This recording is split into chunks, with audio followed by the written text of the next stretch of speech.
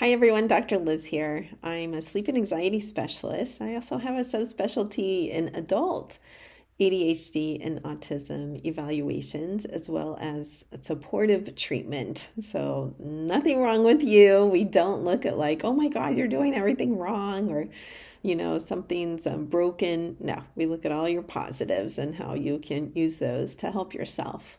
So, let's talk about sleep here because most of the regular sleep stuff for someone with insomnia, they don't always apply to ADHD. So even if you Google it, someone will say, not someone, the internet, okay? There are some people behind the internet. Someone will say, like, oh, have a good wind down routine, make sure you have good sleep hygiene, like all of that good stuff. That doesn't always work for ADD and autism. So, particularly autism, they have a lot of struggles with circadian rhythm and having good sleep patterns, and often they have this progressive sleep pattern. So one night it's 11 p.m. in bed, and the next night is midnight, and the next night is 1 a.m., that type of thing. ADD, you have typically a really hard time doing that like slow wind down that the internet recommends of like, oh, make sure if you're going to bed at 10 p.m., then you start your routine at 9 p.m. every single night. Like, no, it doesn't work for them. Okay. We do recommend some type of regular action that does cue your body that, oh, it's bedtime. It's getting ready for bed, whether that's brushing your teeth or washing your face. Maybe it's taking a shower for somebody. Maybe it is reading a little bit, something like that. But in general, what ADHD people need to do, or ADD people, is they stay active, boom, right until the end. Okay, so instead of this like really slow, calm procedures or activities that a lot of people recommend, I say no, do something really active until you're like, oh, it really is time to go to bed. I actually do feel a little sleepy. Let me try. And you go, take yourself to bed. That may be working out later at night, which most sleep specialists don't recommend working out past like 4 or 5 p.m. Depends on the person. But they may, for ADD, that you may do a late night workout that works great for you. Just did a hard workout and now I'm going to take a shower and now I'm going to bed. Okay. Or watching a show is just fine. Being on your phone and playing some game where your mind is pretty active, that's okay for ADD, ADHD. Being on your phone in general, if you're going to play a game that puts you to sleep for the rest of us, that's okay too. But for ADD, the thought is usually not, this game's going to put me to sleep. It's just more like habit that develops. Okay.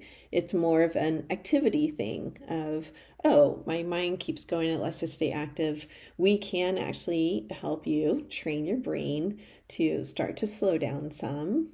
Okay. When the nighttime is coming. And that's a process of over time, like sometimes weeks or months or something, where you learn to do that. But in general, it's like you're going to need far more activity than someone else who can like, oh, watch a calm show or a funny show and then do all their nighttime stuff to their teeth in their face and then go lay down and read some calmly. That's not going to be you. Okay.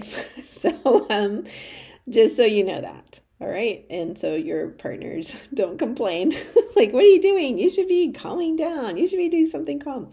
When my daughter was little, she has ADD. She's 19 now. But when she was little, I would run her to put her to sleep. And I didn't know she had ADD at the time, but I would run her around the block. Sometimes if she'd already had a bath and she's in her PJs, I would do an obstacle course in the house, meaning like, okay, crawl under the table, jump on the couch, go over to, the dog and pet the dog. Like we would do all these obstacle courses right before she went to bed. And I just seemed to do that intuitively as a mother. I knew she needed to get like that extra energy out at the end of her day before she could really go to sleep. She also didn't sleep though in regular places. So sometimes she'd sleep in her bed. Sometimes she'd sleep on the couch. Sometimes she'd sleep beside my bed. Sometimes I'd find her curled up in a corner of the house in a chair. All of that was okay with me though. I knew like as long as she's sleeping, she's good. Okay, so that may be something for even adult person that you may find too. Like some nights I like to sleep on the couch, and other nights I like to sleep in my bed. I would not force yourself to sleep in the bed every single night. Okay, it's a change up. It's a change up for your brain that is pleasant for your brain. That change up, that activity at the end of the night is pleasant for your brain. Okay, so think of things like that are pleasant for your brain and like tire you out. All right. I hope that tip helps someone. There's way more stuff over at my website, or if you'd like to make an appointment with me, I work virtually all over the US actually, and in some parts of the world, the time zone works out. drlizhypnosis.com. Peace.